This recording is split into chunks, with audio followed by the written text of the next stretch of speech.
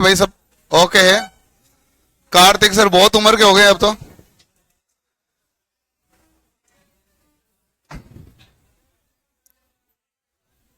अब यदि आप सब अपना स्थान ग्रहण कर लेते हैं तो फिर पढ़ाना शुरू करें।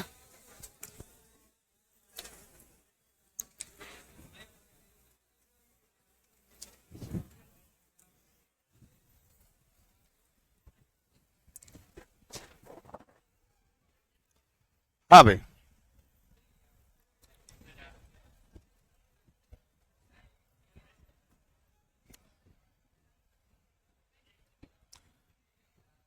तो सबसे पहले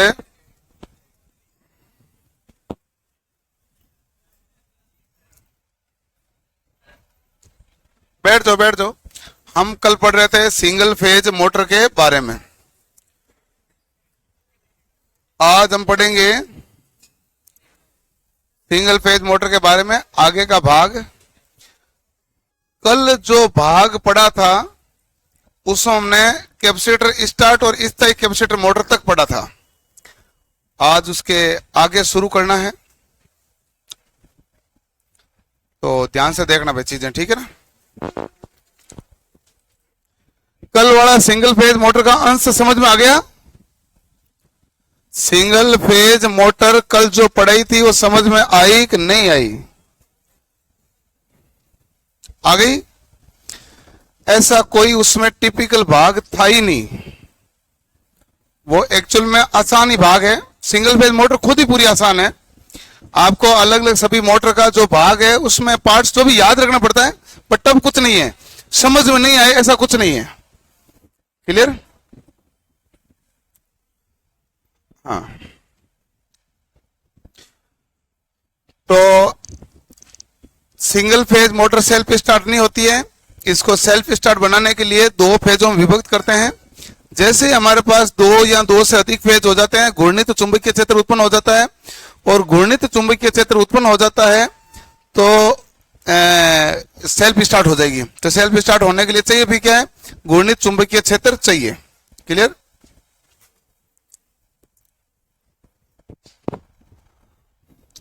हाँ, जो ऑनलाइन में यदि ट्रांसफॉर्मर के टेस्ट की पीडीएफ अपडेट नहीं तो हुई है तो है, अभी अपडेट कर दी गई है भाई, देख लीजिए, इसलिए चिंता मत कीजिए। और नहीं हुई तो हो जाएगी, ऐसे कोई दिक्कत है नहीं।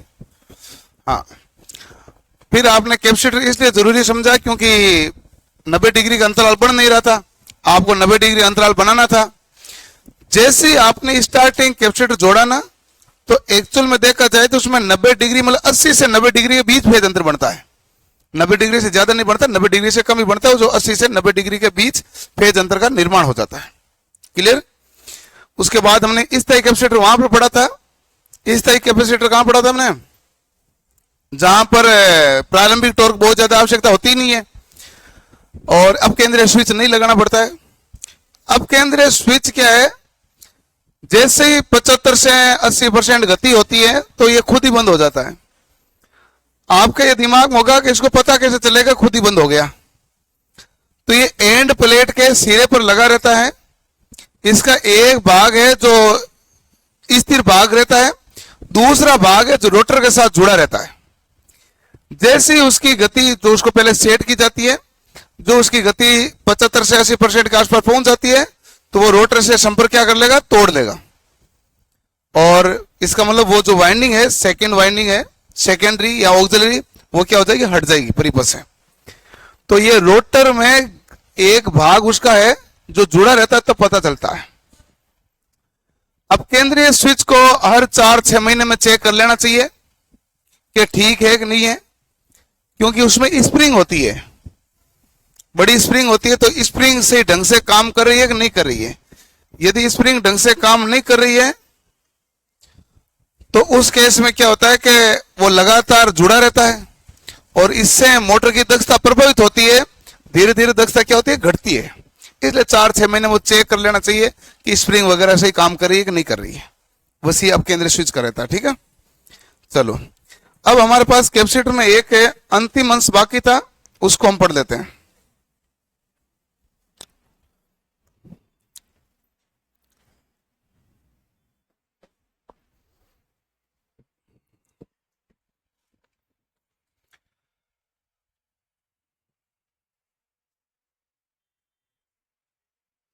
चलो, अब हमारे पास जो कैपेसिटर का भाग था ना, उसमें है कैपेसिटर स्टार्ट, कैपेसिटर रन।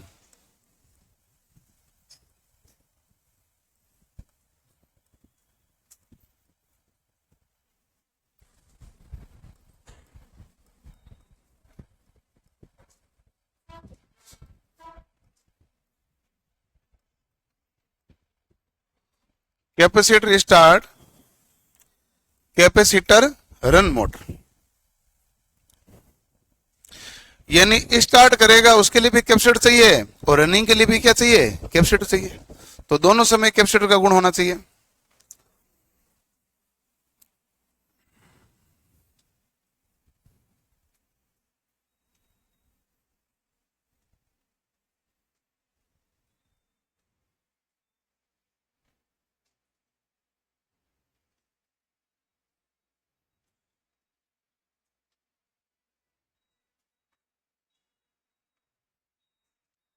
एक कैपेसिटर है C1, दूसरा कैपेसिटर है C2। C2 कैपेसिटर अब केंद्रीय स्विच के साथ जुड़ा रहेगा।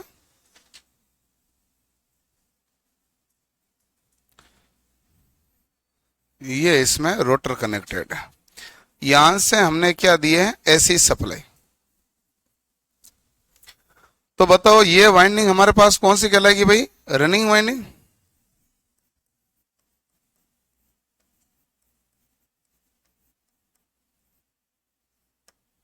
ठीक है, और ये वाइंडिंग हमारे पास कौन सी कहलाएगी, है स्टार्टिंग वाइंडिंग। यहां सहायक वाइंडिंग कह दूं, रनिंग है तो स्टार्टिंग लिख दूं। ठीक है, रनिंग वाइंडिंग, स्टार्टिंग वाइंडिंग। दो कैपेसिटर लगे होते हैं, एक हमारे पास मान लो ये C1 है तो ये क्या है C2, दो कैपेसिटर। ये हमारे पास कौन सा स्विच है भाई, अब केंद्रीय स्विच।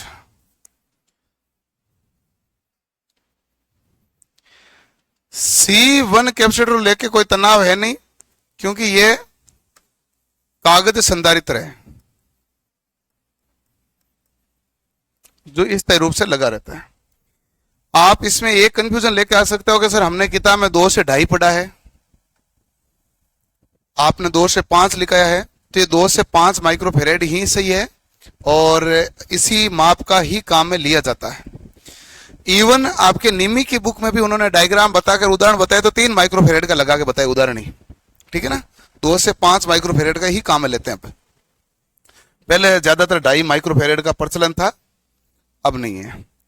और ये जो हमारे पास है इलेक्ट्रोलाइट, अब इस इलेक्ट्रोलाइट में भी एक कंफ्यूजन है कि आप कहीं तो पढ़ोगे 60 से 120 माइक्रोफेरेड और कहीं पढ़ोगे 10 माइक्रोफेरेड से 20 माइक्रोफेरेड। तो मोर प्रीफरेबल ये होता है कि 10 माइक्रोफेरेड से 20 माइक्रोफेरेड ज्यादातर प्रीफर इसी को किया जाता है इलेक्ट्रोलाइट के रूप में। यहां पर तो 60 से 120 आपने पढ़ा होगा, बट ज्यादातर प्रीफर आपको 10 से 20 होता है, तो आपका आंसर यही करेक्ट होगा। अब केंद्रीय स्विच हो गया, कागज संधारित्र, इसके अंदर जो अंश है वो सब हमने लगा दिए। अब आप बताओ प्रारंभ में टॉर्क क्या होगा,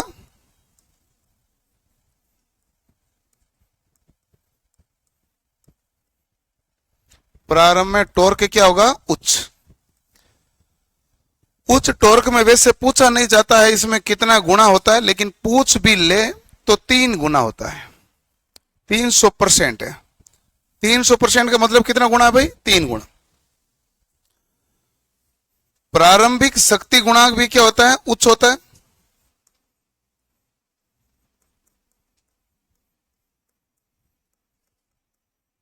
पावर फैक्टर भी क्या होता है, ज्यादा। अच्छा, अब आप देखो इसमें 2 कैपेसिटर लगे हुए हैं, एक कैपेसिटर तो स्टार्ट किया, स्टार्ट करने के बाद ये तो हट जाएगा, पीछे कितना कैपेसिटर बचेगा, 1।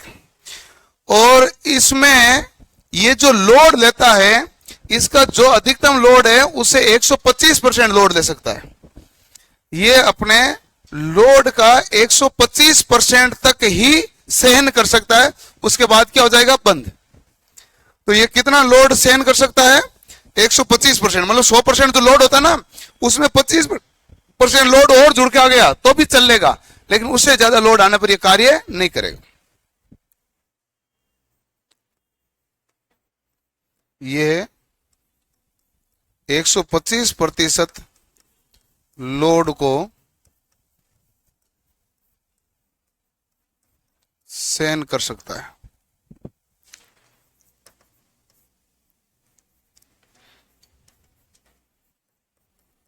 इसका उपयोग कहां करते हैं भाई?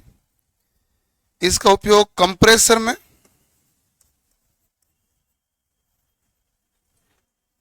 और आप चाहो तो एसी में भी इसका करते ही है। एसी में भी लिख सकते हैं, एयर कंडीशनर में। एयर कंडीशनर में वो भी होता है, क्योंकि एयर कंडीशनर में ही एस कंप्रेसर लगा होता है। वाटर कूलर में भी वही कंप्रेसर होता है, रेफ्रिजरेटर में भी वही कंप्रेसर है। तो सब एक ही सिद्धांत पर काम करता है, कंप्रेसर पर। तो कंप्रेसर जहां होता है वहां लगाया जाता है। तो एयर कंडीशनर या कंप्रेसर के लिए इसको उपयोग में लिया जाता है। कौन सा होता है भाई? Capacitor start, capacitor run, motor का प्रयोग किया जाता है। इसमें एक कैपेसिटर का काम नहीं चल सकता है क्या? हाँ जी, तभी दूसरा लगाया। हमारे कौन से घर की पड़ी थी जो लगाते?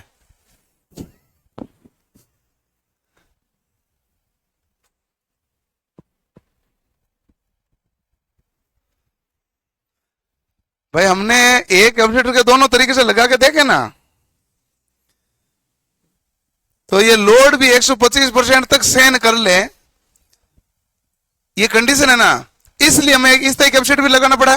प्रारंभिक टॉर्क ज्यादा चाहिए तो रनिंग भी लगाना पड़ा, जो अब केंद्रीय स्विच के साथ लगाते हैं वो भी लगाना पड़ा। तो दोनों की कंडीशन लिखी ना बेटे।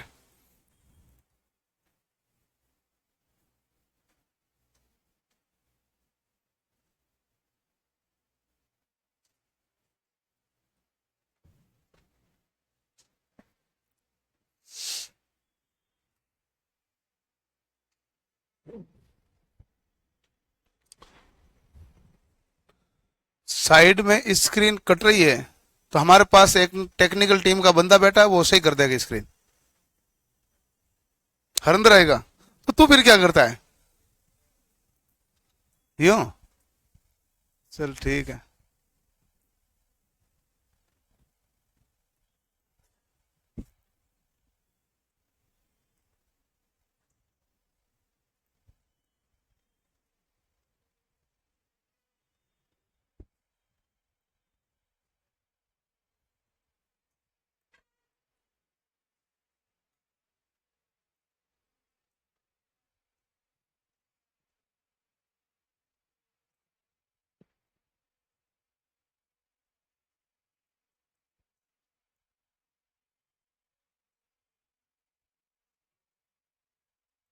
ठीक है,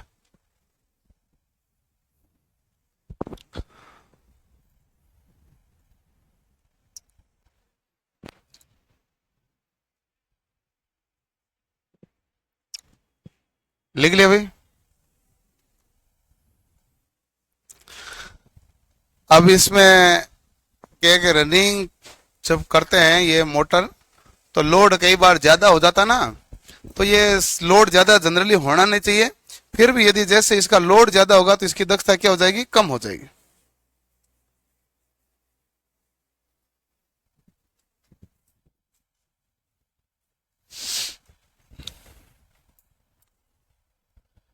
चलो 125% का मतलब समझाइए फिर से।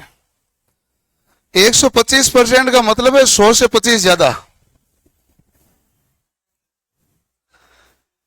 कोई भी मशीन है वो 100% लोड पर काम कर रही है, तो वो कहते हैं भाई इस लोड तक ये काम करने के लिए बनाई गई है। कोई पर्टिकुलर लोड होगा। कोई मशीन है जो कहते हैं कि ये आपके 500 वाट तक काम करेगी या फलाना लोड लेके काम करेगी, वहां तक वो काम करी, अच्छी बात है। यदि उसकी लोड आपने बढ़ा दिया तो थोड़ा लोड बढ़े उसने सहन कर लिया, और थोड़ा बढ़े उसने सहन कर लिया, चलती रही।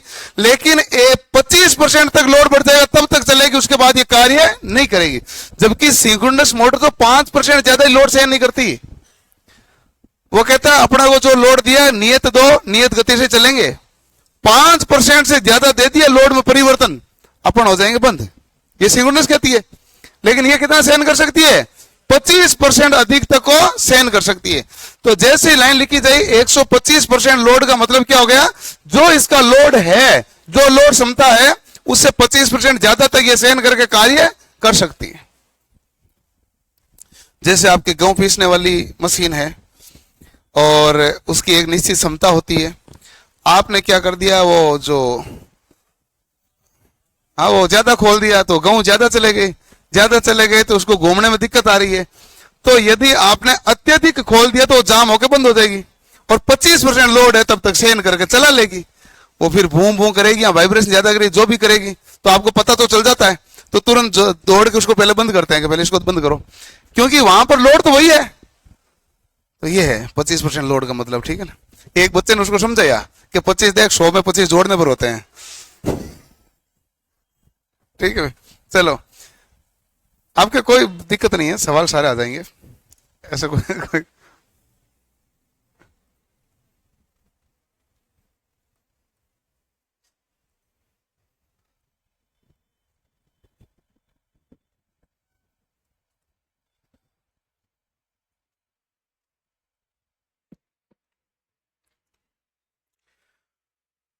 टॉर्क क्या होता है? ऐसे ऐसे सवाल का उत्तर क्या देंगे? मैं ऑनलाइन वालों तुम्हारा कमेंट बंद करूंगा। टॉर्क क्या होता है ये पता नहीं चल रहे हैं तो मशीन की स्टार्टिंग से वापस पढ़ना शुरू कर दो, ताकि आपको पता चले टॉर्क क्या होता है, फिर आगे आओ। शेडेड पोल मोटर, शेडो को क्या कहते हैं? छाया। तो इसको हिंदी में क्या कहते हैं? छायांकित या छादित?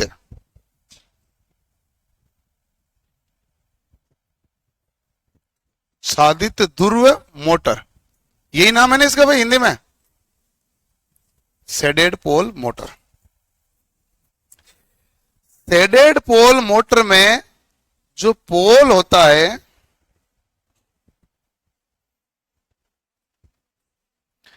ये पोल है जो इसमें एक स्लॉट काटा जाता है।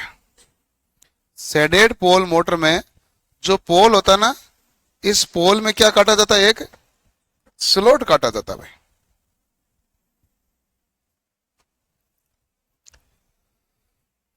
मैंने स्लॉट थोड़ा गड़बड़ काट दिया है।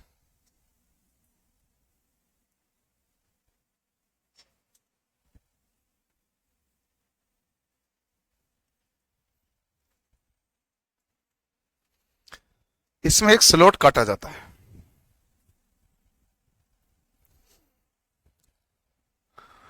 और यहां पर इसके क्या है, वाइंडिंग लपेटी जाती है।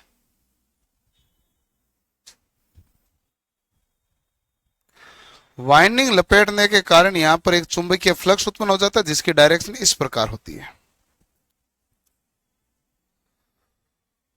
और यहां पर क्या होता है कि एक तांबे का शॉर्ट सर्किट करके रिंग बना दी जाती है, यानी तांबे की क्या लगी रहती है? रिंग। इस कारण यहां पर भी फ्लक्स बनेगा।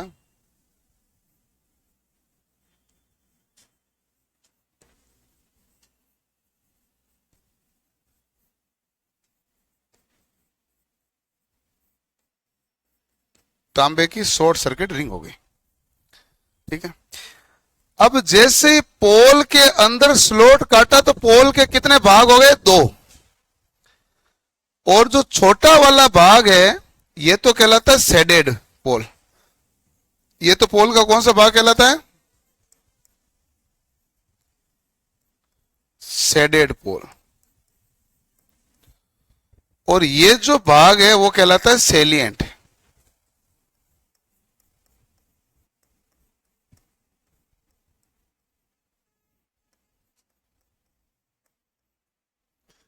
एक तो होता है शेडेड पोल और दूसरा कौन सा होता है? शेडियन, ठीक है भाई।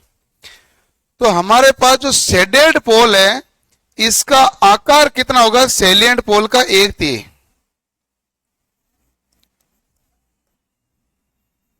इसका आकार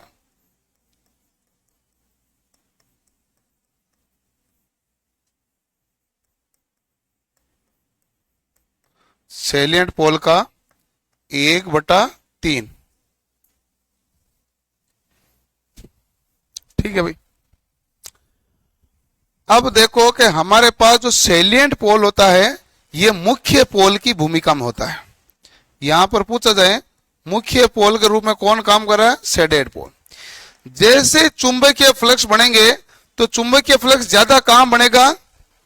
सेलिएंट पर। ठीक है ना, सेलिएंट पर चुंबकीय फ्लक्स ज्यादा बनेगा, यहां चुंबकीय फ्लक्स क्या बनेगा? कम।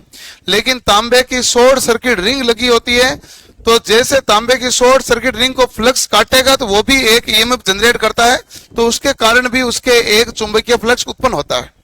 और उस सिद्धांत से लेके ये टॉर्क उत्पन्न कर लेता है, क्योंकि दोनों में उत्पन्न होगा ना फ्लक्स, तभी तो टॉर्क उत्पन्न होता है। मोटर का सिद्धांत यही है, टॉर्क उत्पन्न कर लेता है।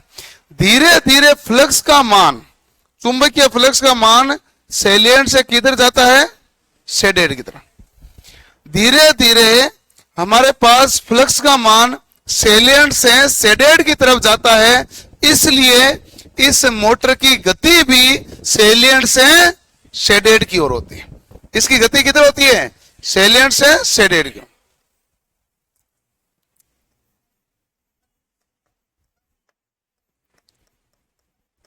इसकी गति सेलिएंट से शेडेड की ओर होती है।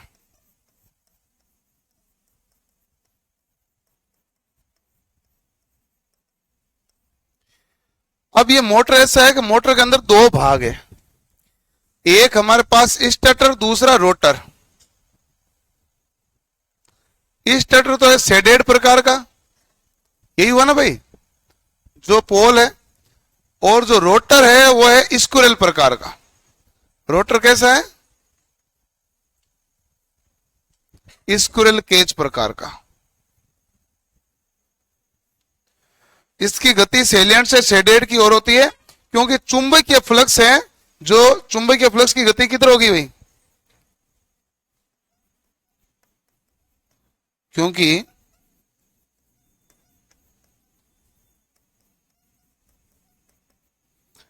चुंबकीय फ्लक्स की गति सेलिएंट से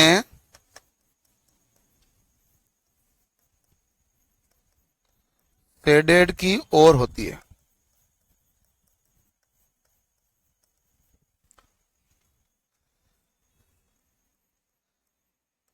इसमें और ध्यान देखो, इसमें पोल में स्लॉट काटकर दो भागों में वर्गी बांटा जाता है। इसमें पोल में स्लॉट या खांचा काटकर इसके दो भाग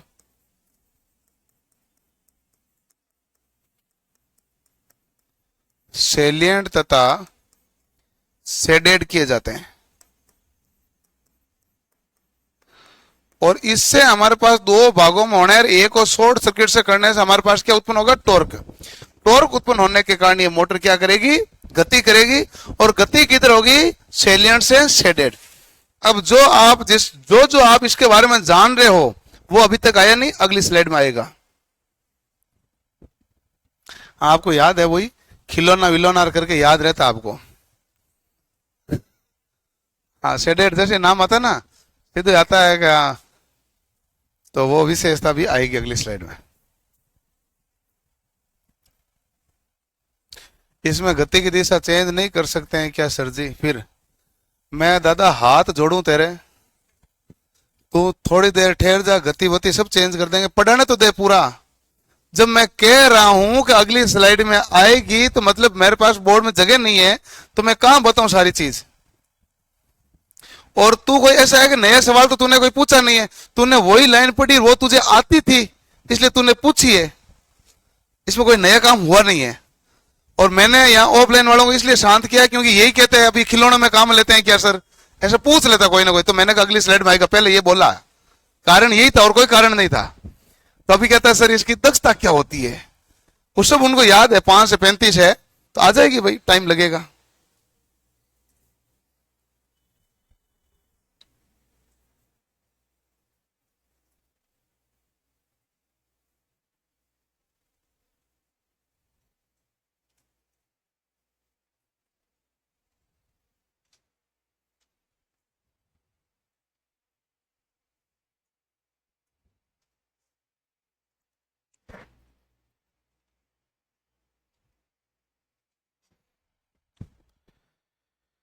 स्टेट शेडेड प्रकार का कह दो स्टेटर या सेलियंट प्रकार का, बात एक ही है भाई, ठीक है ना। कहीं पर लिखा है सेलियंट है कि शेडेड है, दोनों तो लिखा हुआ आता नहीं है। दोनों आता है तो मेन प्रभावी कौन है, सेलियंट। लेकिन मोटर का दूसरा अंश के कारण टॉर्क उत्पन्न होता है, इस कारण इसको शेडेड कहते हैं। तो मेन प्रभावी होता है सेलियंट। बाकी सेलियंट प्रकार का कहो या शेडेड प्रकार का कहो, वो एक में तो आता है, स्टेटर तो एक साथ ही तो होता है।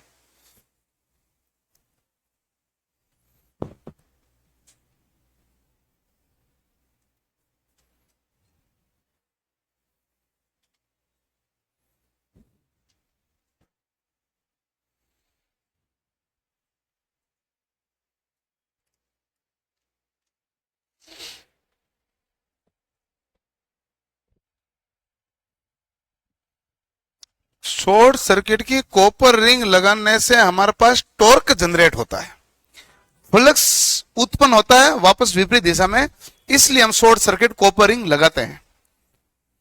हमने क्या कहा कि भाई इतना सारा टॉर्क उत्पन्न करने के लिए दूसरा कोई झंझट नहीं पालो, इसी से कर दो तो बड़ी सस्ती बन जाएगी। तो ये बहुत सस्ती है, लेकिन इसमें लॉस बहुत ज्यादा है, दक्षता बहुत कम आएगी।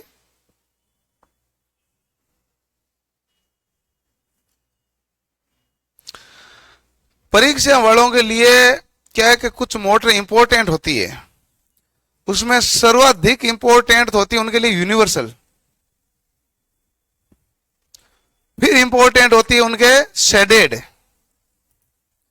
आजकल उन्होंने नई नई पकड़ी है हिस्टेरिसिस को, हिस्टेरिसिस लेकर काफी सवाल पूछ लेते हैं, वो नई नई पकड़ी है। या फिर सवाल पूछ लेते हैं कैपेसिटर का। रिपल्सन मोटर के शुरू से लास्ट तक ही कम ही सवाल पूछे गए हैं, ज्यादा वो पूछते भी नहीं है, उसमें लोड भी नहीं लेते हैं। स्टेपर मोटर के अब तो 2-4 सवाल आने लगे, पहले तो आते भी नहीं थे।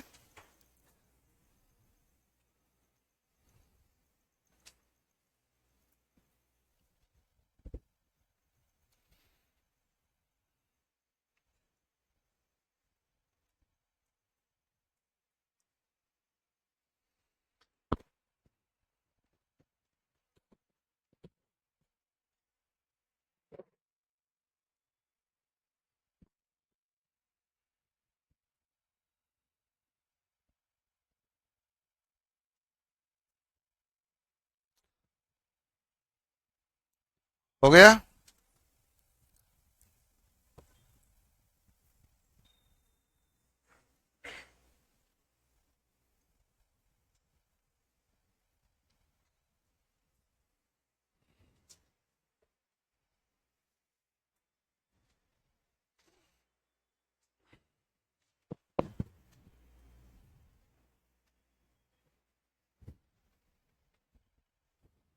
लिख लिया, चलो।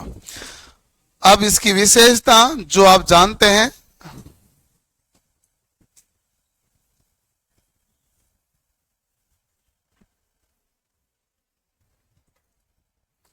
पहली बात है आप जानते हैं इसकी क्षमता कितनी होती है, तो 3 वाट से 125 वाट।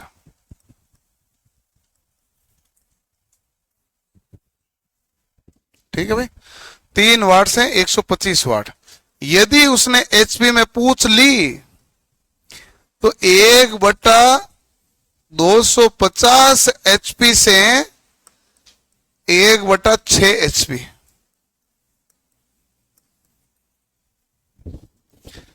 1/250 एचपी से 1/6 एचपी, यदि एचपी में पूछी तो आप देख लो। एचपी 746 होती है, लगभग आप 750 ले लो। 750 में भाग दो 6 का 125 आएगा, भाग दो 250 का तो 3 आएगा, आता ना। और ये एचपी में रिप्रेजेंट करे तो ये ध्यान रखना है। क्षमता आ गई। अगला आता है कि इसकी दक्षता कितनी होती है।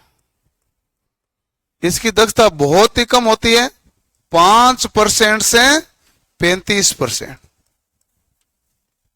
इसकी दक्षता क्या होती है, 5% से 35%। अच्छा, इसका शक्ति गुणा के क्या होता है, कम।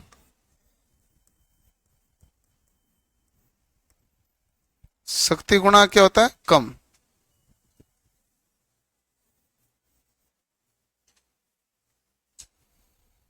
और लागत मूल्य कम,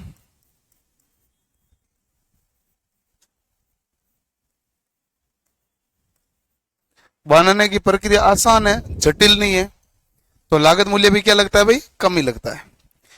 तो इसकी क्षमता, दक्षता, शक्ति गुणांक और लागत मूल्य आ गया। अब आता है इसका उपयोग।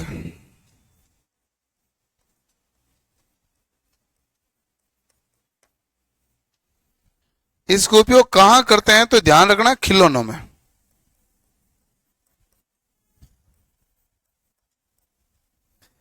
एक आप विद्युत घड़ी में भी लिख सकते हैं, लेकिन ध्यान रहे ऑप्शन में यदि हिस्ट्रेसिस आया तो उत्तर तो वो होगा, हिस्ट्रेसिस नहीं आया तो आंसर क्या होगा, शेडेड। आप लिखने में हेयर ड्रायर भी लिख सकते हैं, बस इसमें ध्यान रखना है कि आपके यूनिवर्सल मोटर नहीं आए।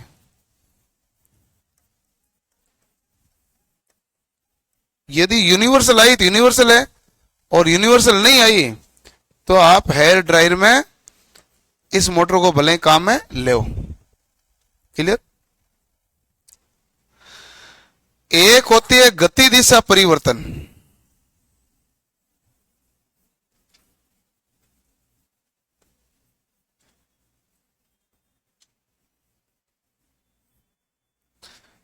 एक होती है गति दिशा परिवर्तन।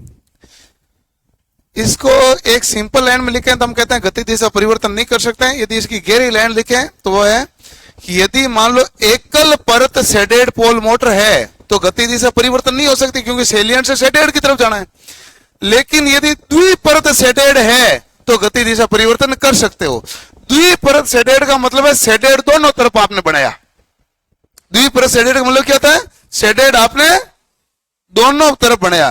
तो एकल परत शेडेड में गति की दिशा को परिवर्तन नहीं किया जा सकता, जबकि द्विपरत जो शेडेड मोटर होती है उसमें गति की दिशा परिवर्तन किया जा सकता है। हम वैसे एकल परत ही पढ़ते हैं, तो सामान्यतः इसकी गति परिवर्तन नहीं की जाती, बट मैं पूरा ही लिख देता हूं डिटेल में। एकल परत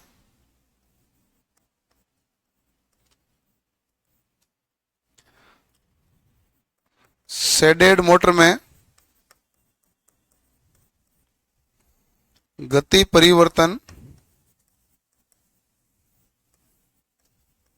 नहीं की जाती, परंतु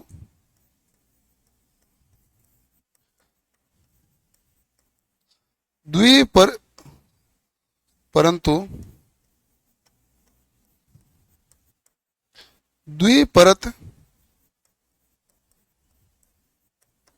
शेडेड मोटर में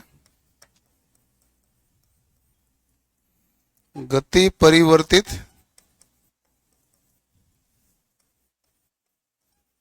की जा सकती है। ठीक है, एकल परत शेडेड मोटर में गति परिवर्तन नहीं की जाती है, परंतु द्विपरत शेडेड मोटर में गति परिवर्तन क्या हो सकता है, किया जा सकता है। उपयोग कहां करते हो, खिलौनों में लेते हो।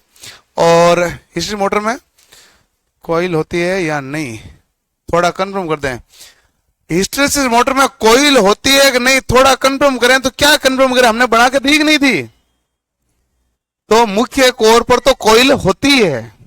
कंफर्म क्या करें, शेडेड पोल के ऊपर कॉइल नहीं होती है। कॉइल पढ़ने में ध्यान रखो, कुंडली कहां नहीं होती है, शेडेड। तो शेडेड पोल के ऊपर क्या होती है, शॉर्ट सर्किट कॉपर की रिंग, या कई जगह शॉर्ट सर्किट तांबे का तार है। तो वही एक ही बात है, गोल लपेटो रिंग बन गई। क्लियर।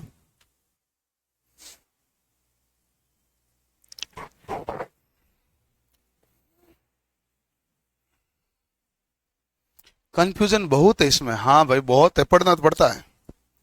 इसमें कंफ्यूजन है नहीं, मैं वैसे एक्चुअल पूछूं इसमें कंफ्यूजन क्या है।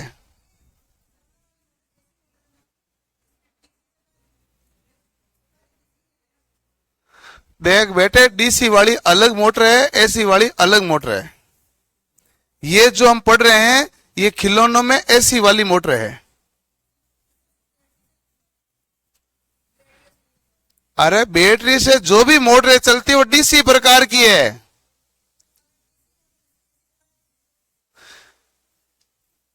क्या? हाँ, ये एक इंपॉर्टेंट सवाल है भाई। एक सवाल आप है ना कहीं खाली जगह में लिखना। मैं आपको दो सवाल देता हूं। सवाल अच्छा है, सवाल का आपको रिजल्ट निकलेगा बहुत अच्छा। एसी मोटर को डीसी सप्लाई देने पर क्या प्रभाव पड़ेगा और डीसी मोटर को एसी सप्लाई देने पर क्या प्रभाव पड़ेगा? यह सवाल आप लिख लीजिए, उसके उत्तर ढूंढने की कोशिश कीजिए। एक में मोटर चलेगी नहीं, एक में मोटर चलेगी लेकिन उसकी दक्षता बहुत ही कम होगी। हाँ, रेंगती हुई चलेगी, मतलब कैसे कहो ना, वो तो ऑप्शन की भाषा लिखेगा फिर तो। लेकिन ऐसा है, आप ढूंढना किस में क्या होगा। आपके कारण सवाल दे दिया। अच्छा, मतलब मैंने सवाल उसमें से अच्छा ये निकल सकता है और तो कुछ निकलेगा नहीं। बाकी खिलौनों के लिए ऐसा है, हम जो डीसी खिलौने होते हैं, डीसी होते हैं, ऐसी खिलौने के भी निर्माण किए जाते हैं। तो ऐसी खिलौनों के बारे में बताया गया है। खिलौना का मतलब है, जो विद्युत घड़ी की बात कर रहा हूं तो तू मुझे कहेगा ना सर मैं तो सेल डाल रहा हूं, वो तेरा डीसी है। लेकिन ऐसी विद्युत ऐसी घड़ी भी आती है। हाँ, आती है ना, नहीं आती है? आती है सब। हेयर ड्रायर है जो जनरली ऐसी आते हैं, वैसे भी हेयर ड्रायर जनरली ऐसी आते हैं।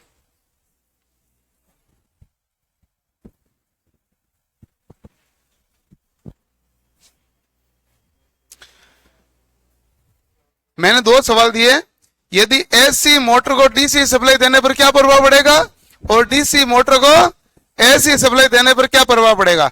एक तो खराब हो जाएगी, क्षतिग्रस्त, और एक रेंगती हुई चलेगी, धीरे चलेगी, कम क्षमता की हो जाएगी, दक्षता कम होगी। जो भी गुण है वो ऑप्शन वाला ढूंढ लेना, सारे एक ही बात है वो।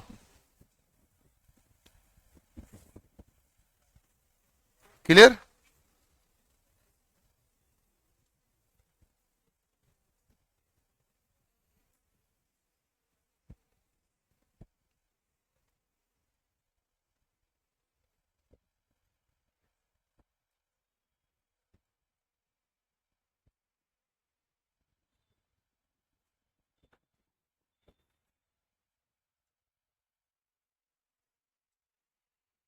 ओके भाई। सर, वाटर पंप में इसी का यूज किया जा सकता है? बिल्कुल इसका यूज किया जा सकता है भाई।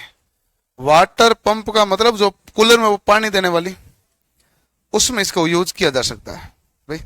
वाटर पंप का दो मतलब होता है, एक तो कूलर में लगाने वाला वो, एक समर्सिबल भी वाटर पंप ही कहलाता है। डायरेक्ट मतलब इनडायरेक्ट भाषा में समर्सिबल को भी वाटर पंप ही कहते हो, वो अलग है। ये है कूलर में लगाने वाली 100-200 रुपए वाली मोटर, तो वो है ये। वाटर पंप नाम से कंफ्यूजन है ना दोनों, तो ये है मामला। क्लियर? चलो, अगला जो आपका सबसे फेवरेट मोटर है, कौन सी है?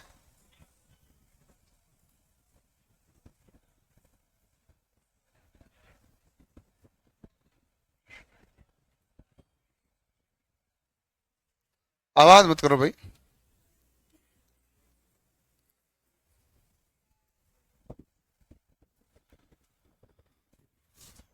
देखो कि मोटर है, आराम से समझो, जल्दबाजी करने की जरूरत है नहीं, और कंफ्यूजन इसमें कुछ ज्यादा है नहीं। पढ़ना जरूर पड़ेगा लेकिन कंफ्यूजन नहीं है।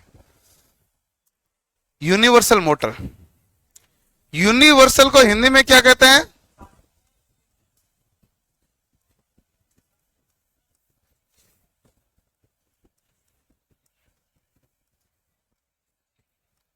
सार्वत्रिक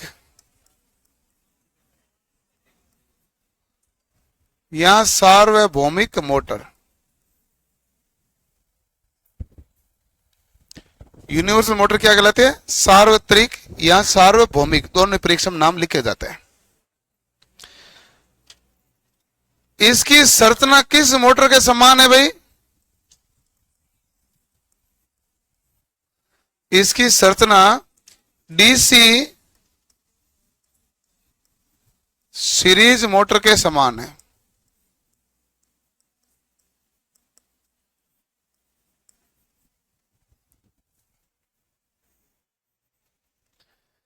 यह एसी व डीसी दोनों पर कार्य करती है, एसी पर भी कार्य करती है और डीसी पर भी कार्य करती है।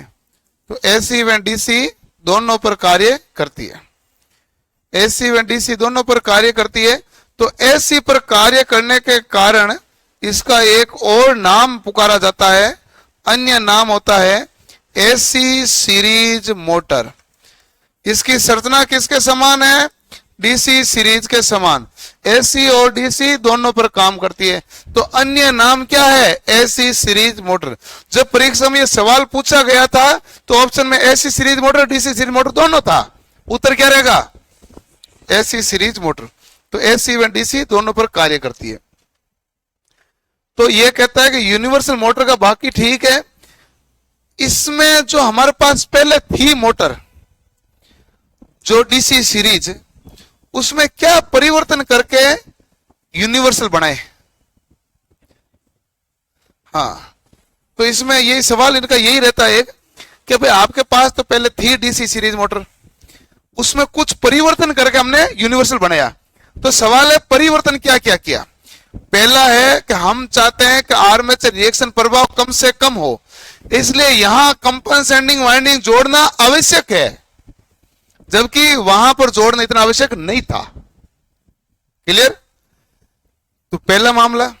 दूसरा, यहां इंटरपोल लगाना आवश्यक है, वहां इंटरपोल लगाना इतना आवश्यक नहीं था।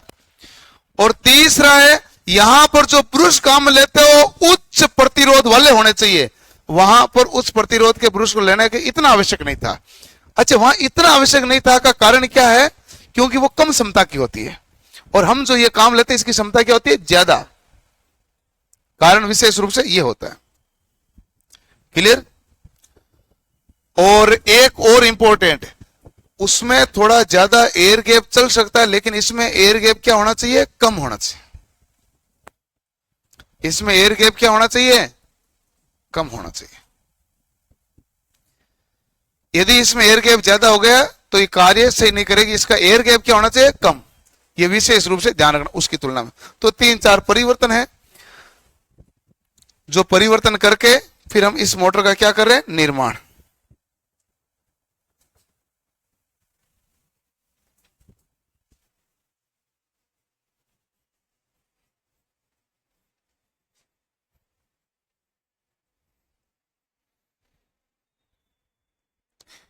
डीसी सीरीज मोटर में परिवर्तन।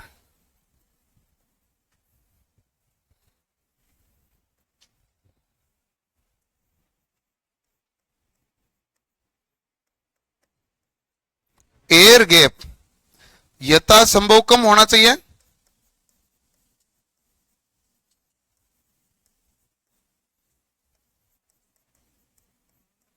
एयर गैप यदि यथासंभव कम होगा तो इससे पावर फैक्टर बढ़ता है। भाई क्या बढ़ता है? Power factor.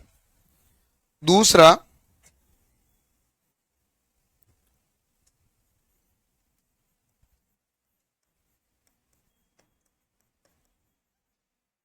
उच्च प्रतिरोध के कार्बन ब्रश का प्रयोग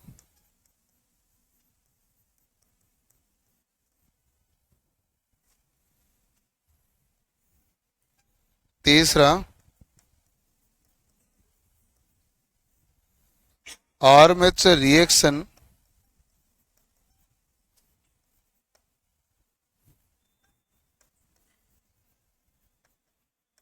व कम्यूटेशन प्रभाव को कम करना।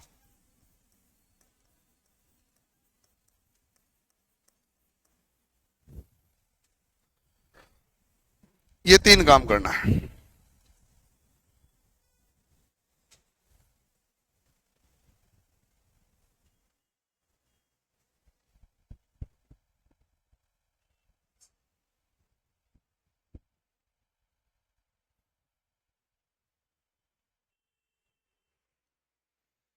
एक मिनट, एक मिनट, एक मिनट।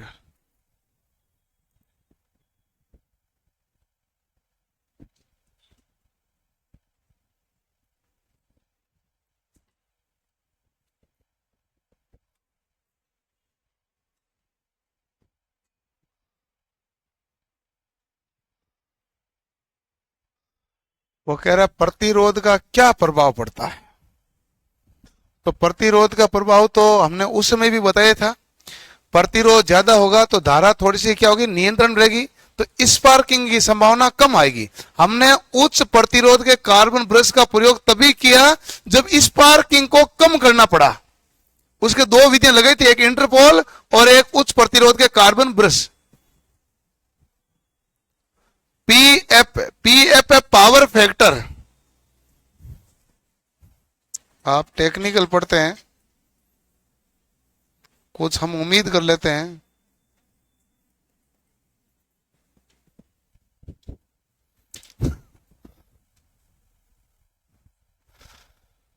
ये क्या है भाई, ब्लॉक मारो।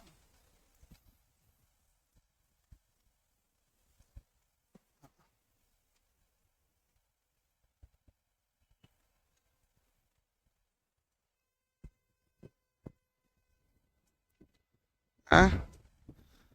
क्या बोले, पता नहीं कोई बाबू नाम है कि मैं आ गया। हाँ आ गया तो चले जाओ वापस। क्या है कि कमेंट में गिनती के कोई यदि सवाल आए, कमेंट हो तो कोई काम का है। बाकी क्या है कि इस प्रकार की चीजों से जो अच्छा कोई सवाल पूछ रहा बच्चा, उसका सवाल नहीं लिया जाता ना, इसलिए करना पड़ता है। Universal motor, DC series motor में परिवर्तन। हाँ भाई ये तो हो गया। अगला देखो, नेक्स्ट आप बताओ क्या होगा भाई। अब इसकी विशेषता बताओ।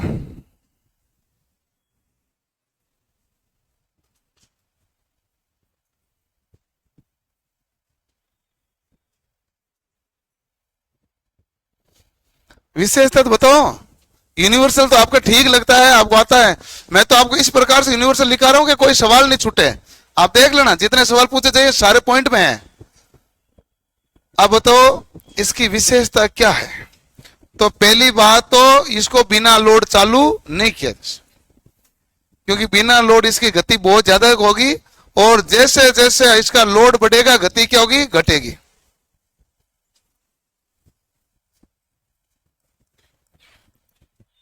इसकी गति लोड के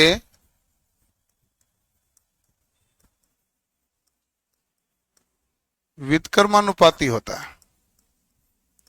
गति लोड के व्युत्क्रमानुपाती होती है, ठीक है। बिना लोड गति अत्यधिक ज्यादा हो जाएगी तो वाइंडिंग उगड़ सकती है।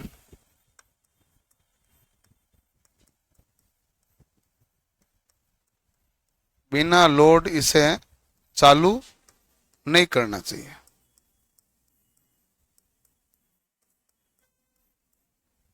ठीक है, और कोई विशेषता।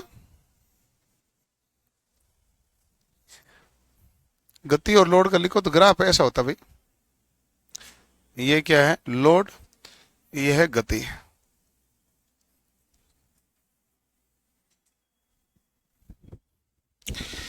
इसको नियंत्रण करने की दो विधियां होती है। एक तो वोल्टेज सप्लाई नियंत्रण विधि या सप्लाई वोल्टेज नियंत्रण विधि, दूसरी होती है फील्ड टेपिंग विधि। इसको नियंत्रण करने की विधियां कितनी होती है, दो।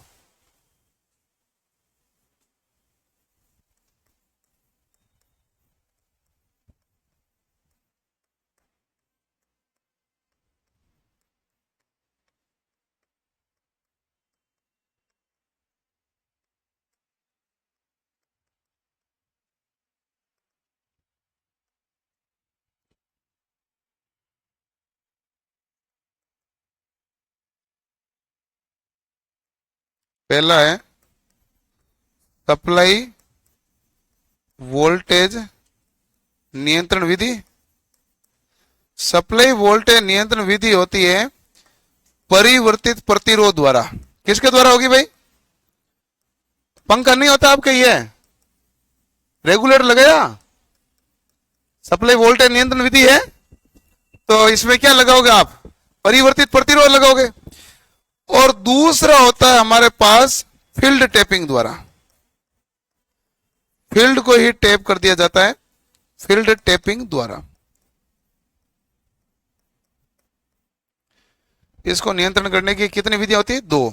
सप्लाई वोल्टेज नियंत्रण विधि जो होता है, तो आपके पास नियंत्रण करने के लिए 2 ऐसा दे सकता है। एक परिवर्तित प्रतिरोध द्वारा नियंत्रण किया जाता है क्या? बिल्कुल किया जाता है। और परिवर्तित प्रतिरोध द्वारा क्या नियंत्रण होता है? वोल्टेज कम जाएगा। और दूसरा होता है फील्ड टैपिंग। फील्ड टैपिंग यानी आपकी पूरी फील्ड काम ही नहीं लेगा, फील्ड कम ही काम में लेगा। फील्ड को अलग अलग से टैप कर देंगे ना। और टैपिंग फील्ड को किसके द्वारा कंट्रोल किया जाता है? Rotary switch. रोटरी स्विच मतलब घूमने वाला स्विच। जो भी घूमने वाला स्विच है वो सारे क्या कहलाते हैं? तो इसको कंट्रोल करने के लिए किस प्रकार का स्विच होता है? Rotary switch. दोनों रोटरी स्विच पे काम करते हैं। और इसकी विशेषता बताओ भाई, कोई ना कोई विशेषता बताओ।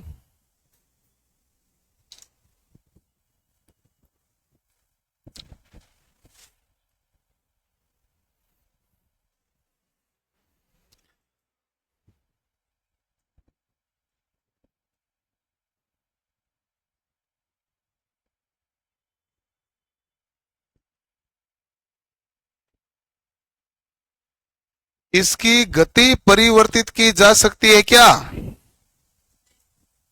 कर सकते हैं। वही डीसी वाला रूल है।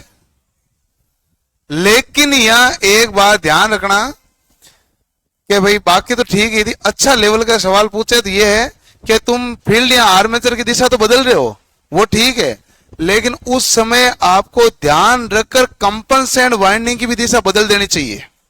यदि नहीं बदलोगे तो जहां मुआवजा देने जा रहे हो मुआवजा लेके आओगे। जहां फ्लक्स बढ़ा रहे हो ना वहां फ्लक्स वापस क्या करके आओगे? घटाकर आओगे। तो इसलिए अब इसमें क्या है? गति परिवर्तन, गति दिशा परिवर्तन।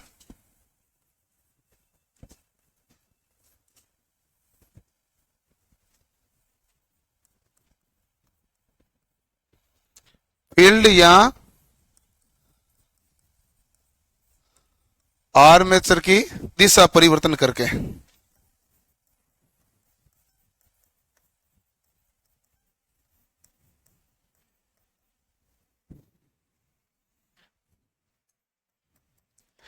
गति दिशा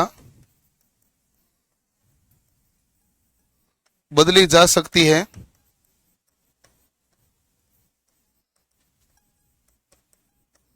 लेकिन ध्यान रहे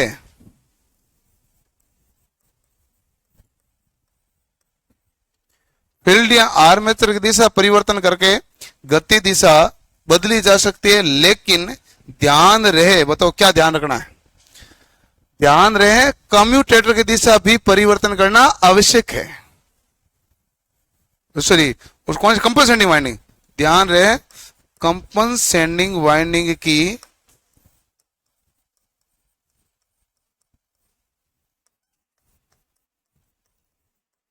दिशा परिवर्तन करना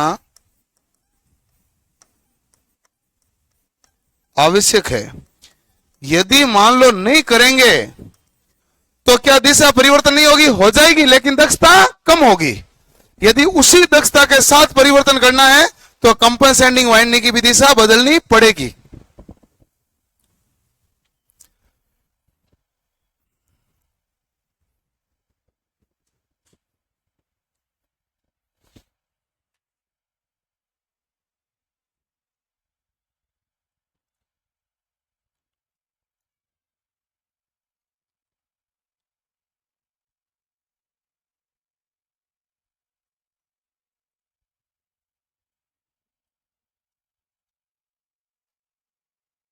पोल की संख्या बढ़ाकर, पोल की संख्या द्वारा ये कंट्रोल नहीं होनी है।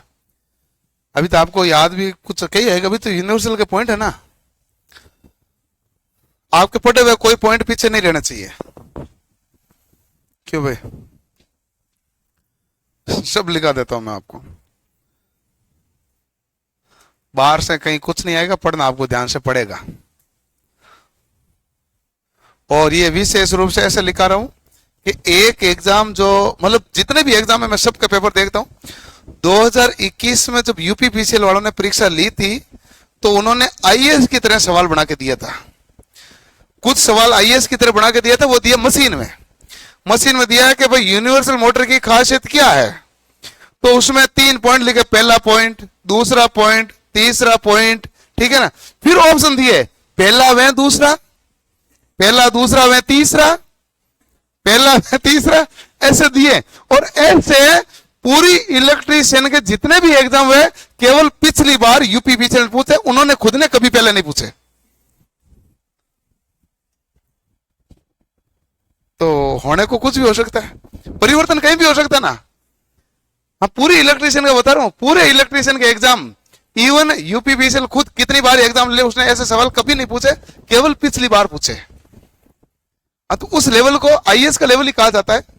मतलब सवाल पूछने का तरीका वो कहते हैं, उस तरीका को कहते हैं एडमिनिस्ट्रेशन सर्विसेज होते हैं ना, उसमें जब सवाल पूछा जाता है तो तरीका ये होता है कि जो सवाल आप पढ़ के आए हो उसमें 3 पॉइंट दे दो, फिर पूछो तुझे तीनों के बारे में पता है कि नहीं है, तो फिर वो कहता है 1 व 2, 1 2 व 3, केवल 2 व 3, ऐसे तो पूछता है।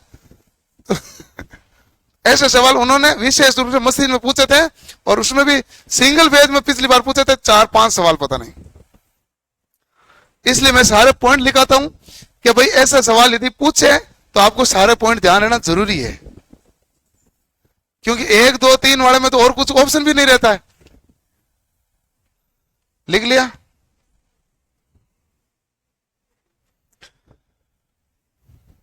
बताओ भाई, यूनिवर्सल मोटर की गति कितनी होती है? 3000 से 14000 आरपीएम। लेकिन ध्यान रखें, इसकी गति 40000 आरपीएम तक हो सकती है। हाँ, 3000 आरपीएम से। अब आपके दिमाग में नहीं आ रहा तो पोल कितने होंगे? पोल से लेना देना है नहीं इस गति का, क्योंकि ये पोल डीसी पर काम आ गया। ये इसका नेचर कौन सा है? डीसी प्रकार का। एसी प्रकार का होता तो 2 पोल होता, गति कितनी होती? 3000। 4 पोल होता तो गति 1500 हो जाती, तो गति तो कम हो जाती। लेकिन इसकी गति 3000 से 14000 कैसे हो रही है? तो ये एसी नेचर पर, आवृत्ति वाले पर काम नहीं कर रही है। ये गति किसके आधार पर है? डीसी के आधार पर। एक लाइन लिख लेना, 40000 आरपीएम तक संभव है।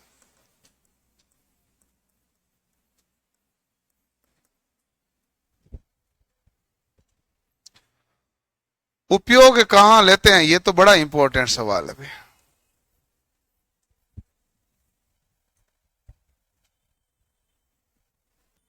एसी की जगह डीसी लिख दिया है। कहां लिख दिया मैंने? कहां लिख दिया भाई?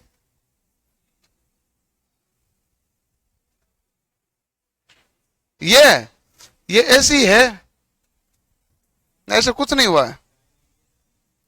वैसे उपयोग क्या, कहां अनसही लिखा हुआ है, कोई दिक्कत नहीं। कोई कह रहा है, हो सकता है कई बार क्या मिस्टेक हो जाती है ना।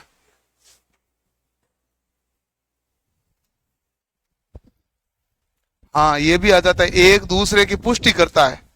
पहला दे दिया, दूसरा दे दिया, बताओ ये किस कारण है, उसका कारण ये है क्या, ऐसा भी आ सकता है। उपयोग बता दो, उपयोग तो है ऐसे, है? हाँ, मिक्सर, ग्राइंडर, जूसर।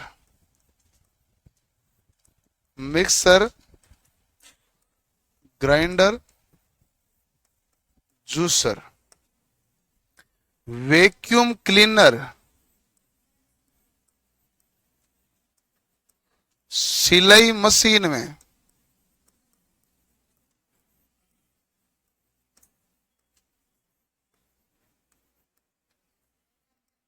है? हाँ, रेलवे इंजन विशेष रूप से लेंगे। Mixer, grinder, juicer, vacuum cleaner, और वो होता है, और कौन सा होता है? बहुत सारे हैं अभी तो, 2-3 तो है ही है। हेयर ड्रायर अभी तो लिखा था।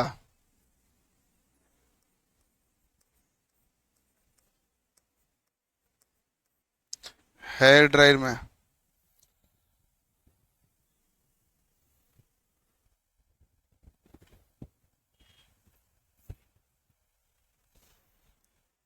जहां भी काम लेते हैं देख लेना भाई। और एक है रेलवे इंजन में, है रेलवे इंजन विशेष स्पेसिफिकेशन का बनाया जाता है। वो कहता है 200 से 600 वोल्ट पे चलेगा,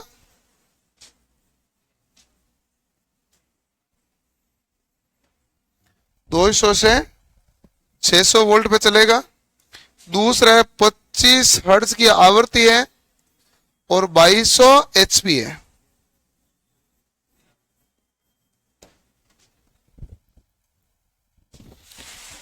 क्लियर?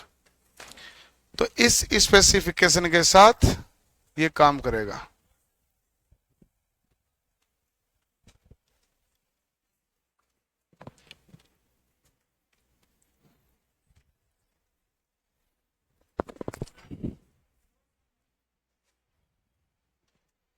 लोड क्षमता क्या होती है? क्या होगी भाई? लोड क्षमता तो इसकी उच्च रहती है वैसे भी, क्योंकि डीसी सीरीज पर काम करे ना। डीसी सीरीज में लोड क्षमता को निश्चित थोड़ी ना है, लोड बढ़े तो दिक्कत है ही नहीं इसको, यूनिवर्सल है, गति लोड के विपरीत दिशा में। तो जैसे जैसे लोड बढ़ता जाएगा गति कम होती जाएगी। इवन हमने तो ये पढ़ा था डीसी सीरीज मोटर में ओवरलोड की कंडीशन भी नहीं होती है, इसलिए लोड क्षमता कोई दिक्कत है ही नहीं। हाँ, वॉशिंग मशीन में कर सकते हो, लेकिन ये कहां करते हैं इसको वॉशिंग मशीन में? यूनिवर्सल को नहीं लेते हैं वॉशिंग मशीन में, कैपेसिटर मोटर को काम में लिया जाता है। पोर्टेबल ड्रिल मशीन में काम में ले सकते हैं भाई, बिल्कुल पोर्टेबल ड्रिल मशीन में।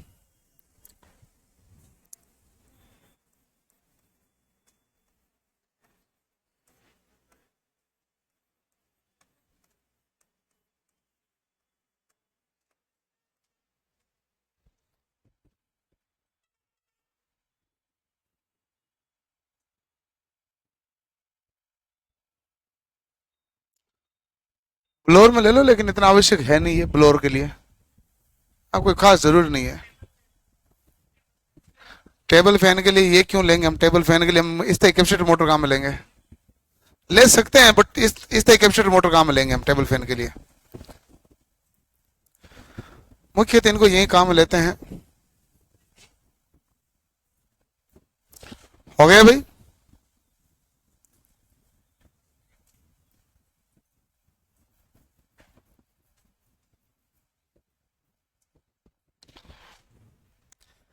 सिनेमा प्रोजेक्टर में बिल्कुल सही बात है। सिनेमा प्रोजेक्टर में दो चीजें ध्यान रखना, दो सवाल हैं। एक तो कार्बन आर्क लैंप काम में लिया जाता है, और मोटर के रूप में मोटर काम में ली जाती है, वो यूनिवर्सल होती है, ये लिख सकते हैं। हाँ, सिनेमा प्रोजेक्टर में दोनों चीजें हैं, वो तो दिया जाता है प्रकाश के लिए, और ये मोटर के लिए।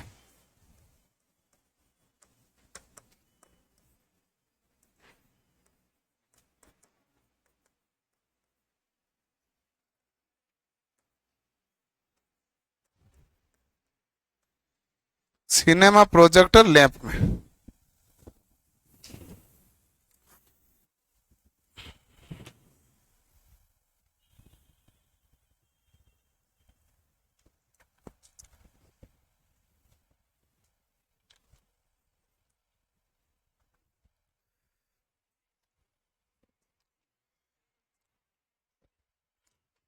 इनका तो होगा क्या है कि कई बच्चों का तो होगा माथा खराब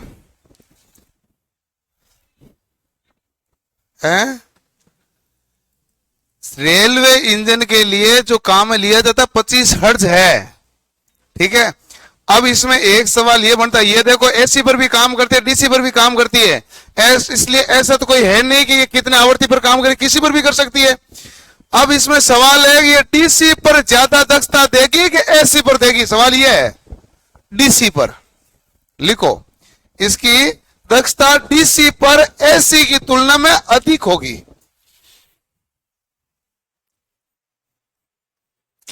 ये रेलवे इंजन का स्पेसिफिकेशन है, इसमें मैं कुछ चेंज नहीं कर सकता, कि मैं तो लिखा सकता हूं 25 हर्ट्ज पे काम करता है रेलवे इंजन। आपका क्या सवाल? सिनेमा प्रोजेक्टर के अंतर्गत ये प्रकाश व्यवस्था बनाए रखने के लिए जो पीछे मोटर लगाई जाती है, उसके रूप में ये काम करता है। नहीं, वो तो उसमें देखोगे छड़ डालने के लिए तो अलग होती है व्यवस्था, वो यांत्रिक व्यवस्था भी हो सकती है, विद्युत व्यवस्था भी हो सकती है। लेकिन सिनेमा प्रोजेक्ट लैब में जो प्रोजेक्शन किया जाता है उसके पीछे बड़ा सेटअप होता है, बहुत बड़ा, उस वो मशीन के द्वारा ऑपरेट होता है। तो वहां जो मोटर लगाई जाती है वो ये है। सिनेमा प्रोजेक्ट लैंप इतना सा नहीं है, वो तो केवल प्रकाश देने का भाग इतना सा, जो हम देखते ना वो तो प्रकाश देने का भाग इतना सा। हाँ, वो तो दो छड़ें टच होती है वो ना।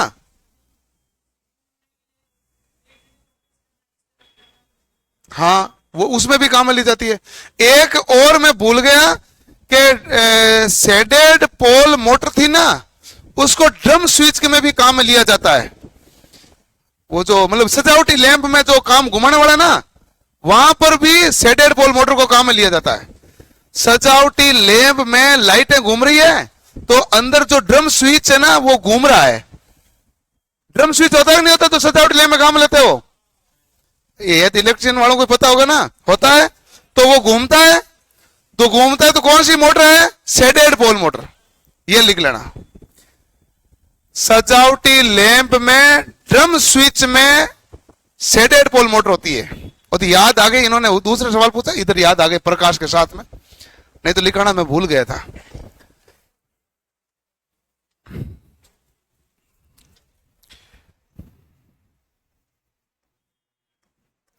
इसकी दक्षता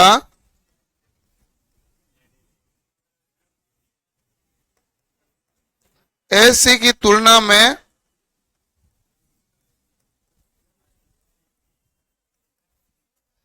डीसी में अधिक होती है।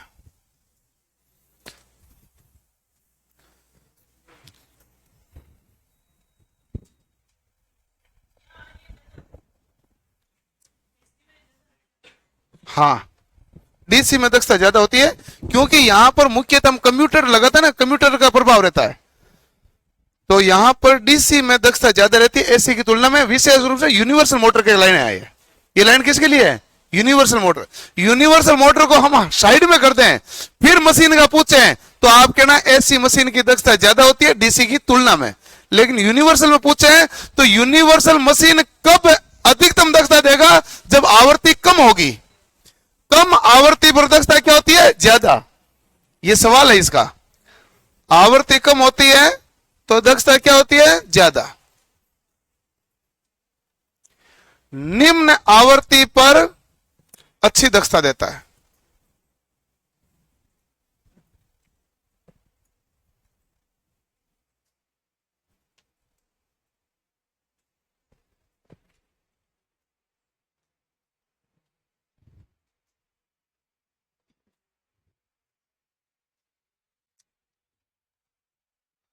यूनिवर्सल में अच्छा खासा लिखा दिया, कुछ छूटा नहीं है, मुझे नहीं लगता है सब कुछ आ गया, इतना बहुत है, हैं? कर लो, काम में ले लो। सेविंग मशीन को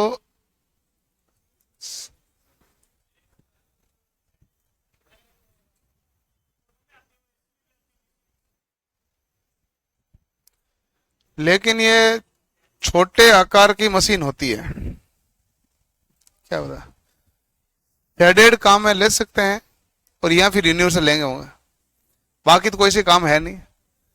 शेडेड या यूनिवर्सल में कोई सी एक काम में लेते हैं। कई तो सेविंग मशीन ऐसी आती है जो एसी व डीसी दोनों पे ही काम करती है, कई केवल एसी पर काम करती है।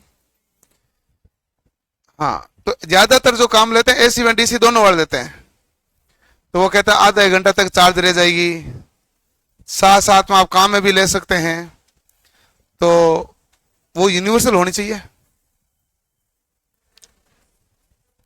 लेकिन कभी किताब वालों ने लिखा नहीं सेविंग मशीन का, न परीक्षा वालों ने पूछा, वो हेयर ड्रायर पर आके रुक जाते हैं वो। चलो, हो गया अभी। ऐसा है कि ट्रिमर में कौन सी काम लेते हैं, तो कायदे से दोनों ही लेनी चाहिए। जो ट्रिमर 100-200 रुपए में आते हैं वो तो शेडेड पोल ही लेंगे, क्योंकि यूनिवर्सल उसकी तुलना में काफी महंगी है, और सबसे सस्ती मोटर जो है वो शेडेड है, और वही ट्रिमर आपके 2025 रुपए में भी आता है। तो उसमें फिर जो नहीं जलने वाली, नहीं खराब होने वाली लेंगे तो यही लेंगे, यूनिवर्सल, जो लंबे समय तक कार्य करती है एसी और डीसी पर। तो ऐसा हो सकता है उसका। अब हमारे पास कौन सी मोटर बची है? रिपल्सन मोटर, प्रतिकर्षण है। उसके बाद में जितनी मोटरें बची है 3 है, और वो तीनों सिंक्रोनस है। कौन सी? हिस्टेसिस, दूसरी रिलेक्टेंस, तीसरी स्टेपर। और आजकल स्टेपर पूछने लगे, हिस्टेसिस पूछने लगे। हिस्टेसिस भी 2018 से पहले तो आपके सिलेबस में हुआ ही नहीं करती थी जनरली, ये मोटर है, ऐसी सिंक्रोनस मोटर है। उसके बाद में पूछने लगे हैं। चलो आप हेडिंग डालो रिपल्सन मोटर।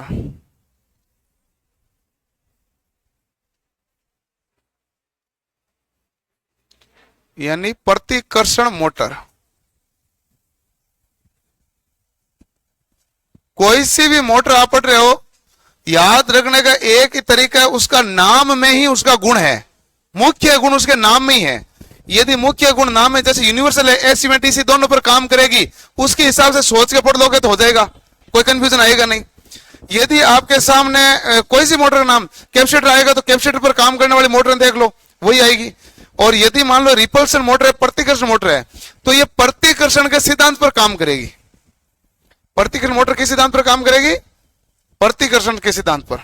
इंग्लिश में इसको कहते हैं रिपल्सन मोटर।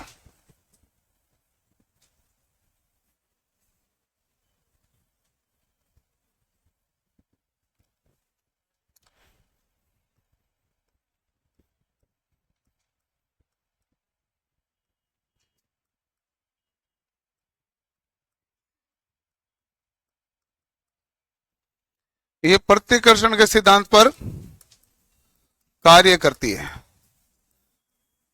कुछ पॉइंट लिखाता हूं, ध्यान से देखो। इसकी संरचना कैसी है? तो कहना डीसी शंट मोटर के समान।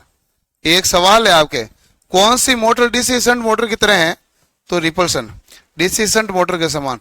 डीसी सीरीज के समान कौन सी है? यूनिवर्सल। और डीसी शंट के समान कौन सी है? रिपल्सन। डीसी शंट मोटर क्या चलती है? नियत गति से। तो यह नियत गति पर कार्य करने वाली मोटर है।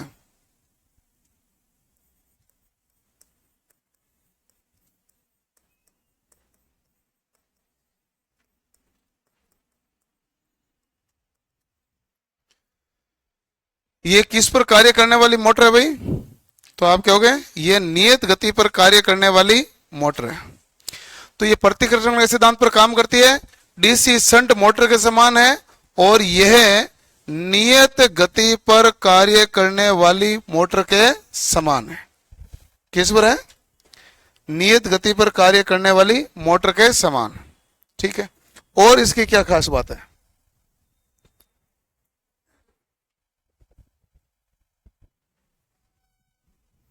नियत गति पर है तो उपयोग कहां कहां लगो भाई?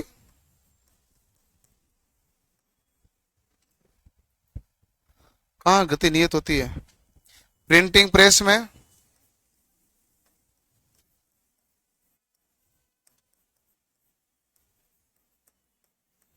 पेपर मिल में, और एक है लेथ मशीन में।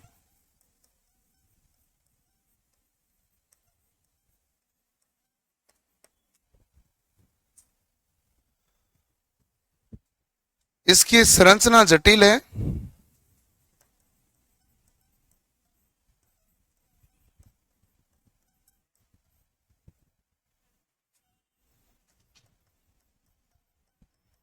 स्टार्टिंग टॉर्क उच्च,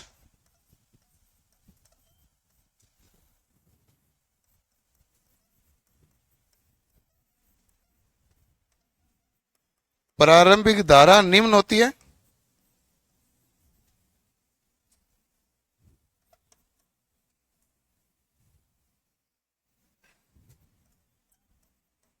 दक्षता उच्च। इस मोटर में दो पोल होते हैं।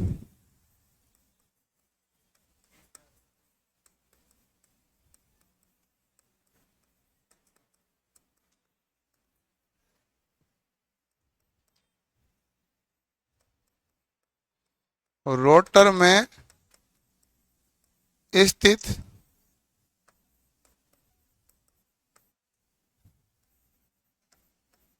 कार्बन ब्रश को शॉर्ट किया जाता है,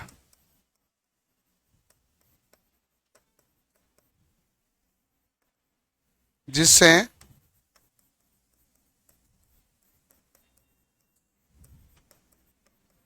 गति परिवर्तन आसान हो।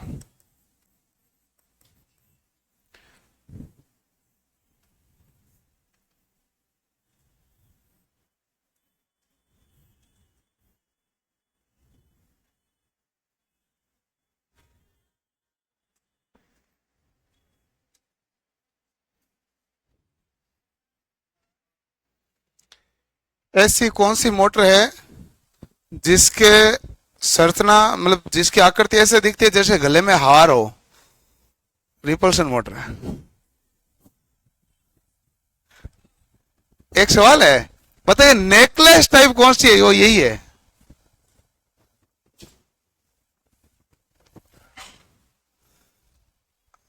तुम यही रहो, ये गले के हार पर भावुक हो जाता है। इतना आगे भावुक नहीं होना। अच्छा, नेकलेस टाइप कहां नाम लिखा? मैं आपको, एक तो जेई में सवाल पूछा गया है और एक आपके नीमी की किताब के अंदर लिखा गया है कि बताओ ये किस तरह की दिखती है? तो नेकलेस टाइप दिखती है। नीमी मतलब ओरिजिनल नीमी जो चेन्नई बोर्ड में छपती है वो। अब दूसरी नीमी पर आधारित नहीं, नीमी खुद। बाकी जितनी भी किताब है नीमी पर आधारित, जैसे हमारी किताब आती है नीमी पर आधारित होती है, नीमी थोड़ी है। जितने भी बाकी किताब आती है नीमी पर आधारित होती है। नीमी वो किताब है जो आप पढ़ नहीं पाते हो, पढ़ोगे तो एक पेज दो पेज पढ़ने बाद माथा खराब हो जाएगा, वो नीमी है।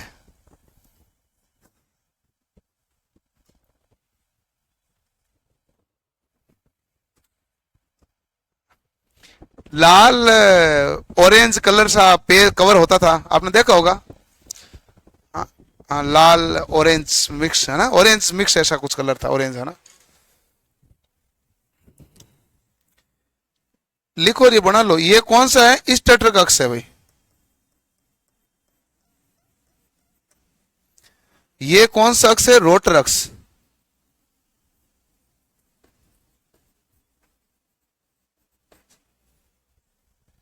तो एक स्टेटर अक्ष, दूसरा है रोटर अक्ष।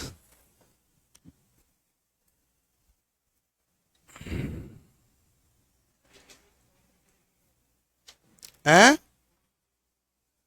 वही जो आपको पता है 20 डिग्री।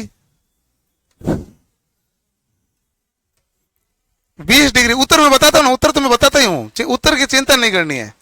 मैं मैं इसलिए मैं कंफर्म होता हूं कि आपको सवाल का पता ही तभी चलता है जब आपको पता होता है, नहीं तो आपको ये पता भी नहीं चलता कि सवाल बनता क्या है। इसलिए आप कोई तनाव नहीं ले। मैं लिखूंगा, मैं इसका ये भी लिखूंगा इसका दिशा परिवर्तन दोनों दिशा में होती है। मैं लिखाता जाता लेकिन ये मेरी जगह भर गई थी। मैंने कहा पहले आप लिख लो फिर आगे लिखूंगा। शून्य से मैक्सिमम, क्लॉक और एंटी क्लॉकवाइज दोनों दिशाओं में गति नियंत्रण करने के लिए कौन सी मोटर काम में ली जाती है? Repulsion motor. इसलिए आप कभी भी तनाव नहीं ले।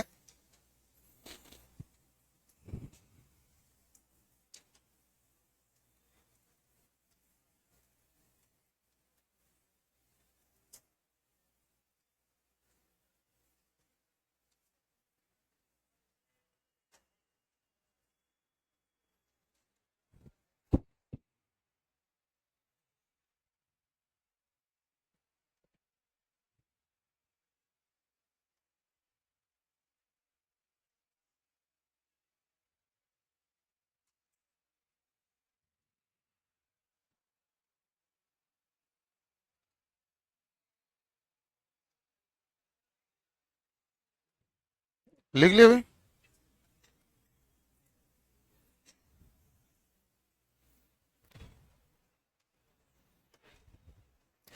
लिख लो आप ध्यान से, और ध्यान से ही पढ़ना होता है। बहुत सारे छोटे छोटे पॉइंट होते हैं। पहली बात तो आपको मशीनों को लेके मैं क्लियर कर देता हूं कि मशीनें कोई छोटा सा भाग है नहीं, ये अत्यंत बड़ा भाग है। डिप्लोमा के अंदर दो किताबें चलती है, एक मशीन फर्स्ट नाम से और एक मशीन सेकंड नाम से। हम दोनों को इकट्ठा करके यहां पढ़ते हैं। डिप्लोमा के दो सब्जेक्ट हैं। किसी का डिप्लोमा किया हुआ होगा? किसी के नहीं है? शाबाश। वो डिप्लोमा करके क्या किया तुमने? हैं? गवर्नमेंट कॉलेज से की थी? मतलब मैं ये कह रहा हूं डिप्लोमा करके क्या किया? कुछ नहीं किया। मैं बताऊं आपको, मैं स्थिति बता दूं थोड़ा सा। इसलिए कल मेरे से शाम को पूछ रहे थे, बस्सी के 3 लड़के थे जो पढ़ रहे हैं इवनिंग के बैच में। वो कह रहे हैं सर हम डिप्लोमा में एडमिशन ले तो क्या करें, ले लें क्या? मैंने कहा ले लो, लेकिन फिर क्या करोगे? हाँ तो मैं तो कैरियर काउंसलिंग के हिसाब से बता रहा हूं ना। मैंने कहा क्या करोगे? वो कहेंगे जेई में फॉर्म भरेंगे। मैंने कहा ठीक है, कौन सी जेई में भरोगे? वो कहेंगे जयपुर मेट्रो वाली में। मैंने कहा कि वो अभी तक एक बार भर्ती आई है, 3 साल बाद उसने परीक्षा कराई है और पद है उसमें 5-7। 3 साल बाद इत कराई है। आपके इलेक्शन के 8 पद थे, आपको पता होना चाहिए आपके 8 पद थे। उन्होंने कहा दिल्ली मेट्रो में। मैंने कहा लास्ट भर्ती आई थी 2020 में, उसके बाद भर्ती आई नहीं। और 2020 में इलेक्ट्रीशियन के पद 103 थे, वो घटाकर 30 कर दिए गए थे, रिजल्ट के बाद भी घटा दिए थे, ठीक है। और जेई के पद 47 के आसपास थे, और उसमें बीटेक भी एलो है। दूसरे एसएससी जेई में, तो उसमें मैंने कहा उसमें भी बीटेक एलो है, और उसमें इंजीनियरिंग सर्विसेज एग्जाम वाले करते हैं ना, वो लगते हैं क्योंकि वहां लिखना पड़ता है, कन्वेंशनल पेपर होता है, ठीक है। तो स्टेट जेई में मैंने कहा राजस्थान में स्टेट जेई में इलेक्ट्रिकल वालों को कोई ले ही नहीं रहा, नहीं ले रहा ना। 2011 या 2013 की भर्ती से विद्युत विभाग में जूनियर इंजीनियर की भर्ती आती है, उसमें डिप्लोमा वाले एलो नहीं है। जीवन में डिप्लोमा वालों के साथ जो चोट हुई वो किसी के साथ नहीं हुई है। उनको खुद को पता नहीं वो कितने टैलेंटेड है। जब जूनियर इंजीनियर का फॉर्म भरने जाते हैं तो वो अंडर क्वालिफिकेशन माने जाते हैं। कहेंगे नहीं नहीं तुमने डिप्लोमा किया, बीटेक करते तो तुम्हें फॉर्म भरवाते, तो इसलिए फॉर्म नहीं भर सकते। 2013 से हैं। और यदि वो टेक्निकल हेल्पर का भरने जाए तो वो कहे तुम तो ज्यादा पढ़े लिखे हो, इतना पढ़े लिखे इधर काम के नहीं हो, और वो खुद वही भर्ती निकाल रहा है। 2013 से लेकर अभी तक मैं बता रहा हूं, कोई 9 साल की चीज मैं सीधे सीधे बता रहा हूं कि एक तो निकाल रहा टेक्निकल हेल्पर, एक जेई, दोनों में वो एलो नहीं है, और वो कुल मिला के कहीं भी एलो नहीं है। WRD के अंदर 50 और 100 पद आते हैं, जिसमें डिप्लोमा के अलग से आते हैं, वो इलेक्ट्रिकल मैकेनिकल दोनों एलो होते हैं। तो इसलिए राजस्थान में कोई बच्चा इलेक्ट्रिकल में डिप्लोमा कर रहा है तो कोई मतलब है नहीं। यूपी में कर रहा है तो उसका मतलब इसलिए है क्योंकि उन्होंने क्लियर कर दिया एई की भर्ती केवल बीटेक वाले भरेंगे, जेई की भर्ती केवल डिप्लोमा वाले भरेंगे, और टीजी की भर्ती टेक्नीशियन की तो केवल आईटीआई भरेंगे। वहां केवल नाम है सब में, इधर उधर कोई नहीं जा सकता। इसीलिए मैंने आपको कहा कि आपने इलेक्ट्रिकल में डिप्लोमा करके क्या किया है? अरे साहब वे मैं वो जो मिलती है वो जैसलमेर में वो पवन चक्कियों पर चढ़ने वाली, मैं बता दूं उसमें ना 3 साल में गोडे टूट जाते हैं, वापस आते हो। मैं रियल बताऊं, मैं मतलब ऐसा नहीं है कि मैं इलेक्ट्रिकल को जितना मैंने पढ़ाया है और जितने मैं जानता हूं उतने आप जानते नहीं हो। सब जाते हैं जैसलमेर, वो कौन सी कंपनी में ना, सुजलोन है ना, हाँ सुजलोन की तरफ, सुजलोन वाले ले लेते तैयार बैठे हैं कि उनके हर 3 साल में 4 साल में बंदे छोड़ के चले जाते हैं। तो उनके पास डिप्लोमा के लिए एनी टाइम वैकेंसी खाली रहती है, और एनी टाइम जहां पर खाली रहती है इसका मतलब पहले वाले छोड़ के जा रहे हैं। भाई एनी टाइम जिसके खाली रहती है उसका मतलब तो यही होता है ना। और ये पिछले 2014 से मैं देख रहा हूं, और कोई भी मतलब रेयर टू रेयर बंदा होता है जो वहां पर उससे 3 साल से ज्यादा टिक पाता है। वो थक जाता है कि नहीं अब मैं नहीं चढ़ूंगा इसके ऊपर, पवन चक्की ऊपर चढ़ाते हैं और क्या है ऐसा। तो मैं तो राजस्थान में पॉलिटेक्निक करने से अच्छा ये होता है आईटीआई का महत्व तो ज्यादा है, तभी आपने आईटीआई की है। आपने पहले किए, वापस बाद में किए, मुझे नहीं पता, लेकिन आपके साथियों को पता कर लेना, डिप्लोमा करने के बाद आईटी बहुत कर रहे हैं, ठीक है। हाँ ये बता दूं भाई। और गवर्नमेंट पॉलिटेक्निक में अभी इलेक्ट्रिकल में डिप्लोमा करना कोई बहुत बड़ी बात नहीं है। सीटें मुख्य जोधपुर में खाली पड़ी है, वहीं आपका मेन बीटीआर है, वही है ना, वहीं सीटें खाली पड़ी है, इसलिए कोई बहुत बड़ी बात है नहीं। वो तो 2010, 12, 14 तक बड़ी बात होती थी कि सीट मिलना बड़ी मुश्किल थी गवर्नमेंट, अब कोई बड़ी बात नहीं है, सीटें खाली पड़ी है। थोड़े समय में इलेक्ट्रिकल में जीरो सेशन आने वाला है। जीरो सेशन मतलब कोई एडमिशन नहीं हो रहे हैं, जैसे बीटेक में है ना, बहुत सारे कॉलेज में जीरो सेशन आ गए, उन कॉलेज वालों ने स्कूल में कन्वर्ट कर दिया है। आपको पता नहीं तो पता कर लेना, जयपुर में बहुत ज्यादा है। जयपुर में पहले थी 80 या 90 इंजीनियरिंग कॉलेज, अब बची है 30, 60 तो स्कूलें बढ़ गई, उसे जीरो सेशन कहते हैं। तो ऐसा है मामला। तो मशीन में वहां चलते हैं दो, मशीन फर्स्ट, मशीन सेकंड, हम उस मशीन को मिलाकर यहां पढ़ते हैं, क्लियर ना। और मशीन एक लंबा चौड़ा सब्जेक्ट है, बीटेक की दृष्टि से देखा जाए तो और ही ज्यादा बड़ा है, इसलिए हो सकता है कि कुछ सवाल आपके बाहर से आ जाए, क्योंकि पेपर बनाने वाला कहीं और से दे दें, तो ऐसा पॉसिबल है, क्योंकि एरिया क्या है, बहुत बड़ा एरिया, वाइड एरिया है, और हम उतना लिमिटेड कर लेते हैं जिसमें 95% सवाल आपके हो जाए, 95% आपको नोट्स में से मिल जाएंगे, चाहे आप रामायण फर्स्ट जाके सोल्व करना, चाहे सेकंड सोल्व करना। 5% का मतलब 100 में से 5 आपसे हिलेंगे डुलेंगे नहीं। 95 में यदि आपसे नहीं हिल डुल रहे हैं तो वो आप पढ़ो नोट्स, नोट्स में आपको वापस मिल जाएगा, ठीक है ना। तो ऐसा है मामला, ये ध्यान रखना। लिख लिया भैया, चलो अगला है सवाल हमारे पास,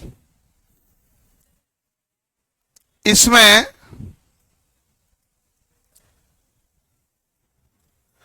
रोटर अक्ष व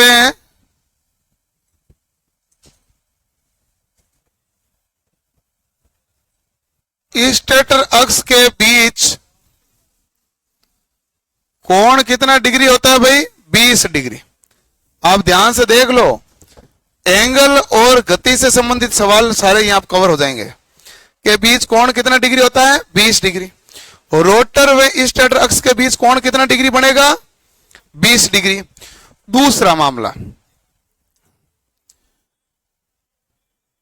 यदि रोटर व स्टेटर अक्ष के बीच कोण बढ़ाया जाता है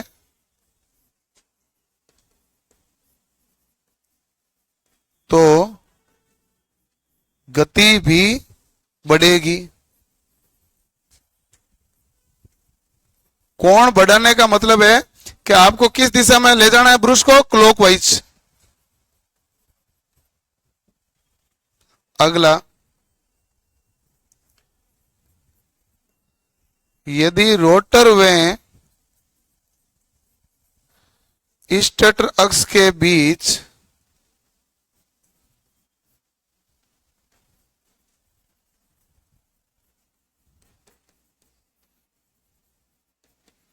कोण घटाने पर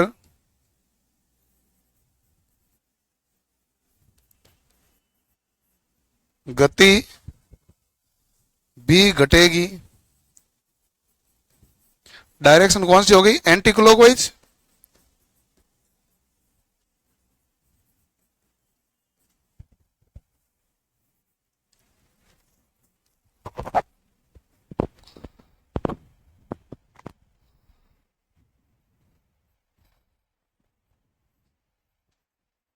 कार्बन ब्रश को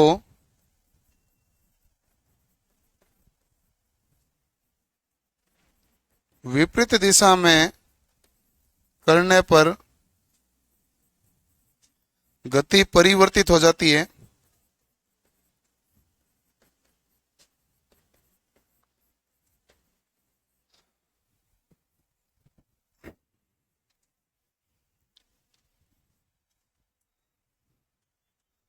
इसकी गति क्या होती है भाई, वामावर्त दिशा में अधिकतम, वामावर्त दिशा में अधिकतम, उस अधिकतम से हो जाएगी वापस शून्य, शून्य से दक्षिणावर्त दिशा में अधिकतम। दोनों प्रकार है भाई इसके।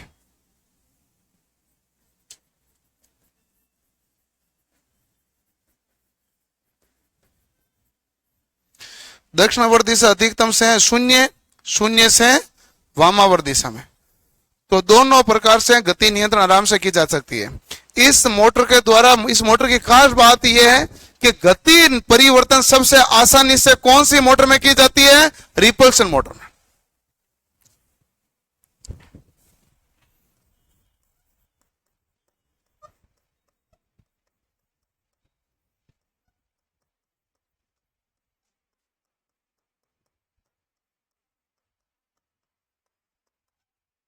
गति परिवर्तन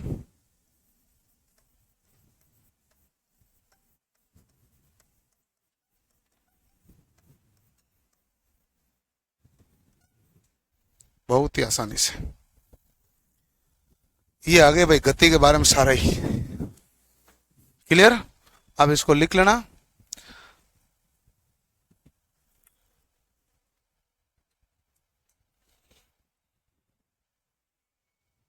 और समझ लेना।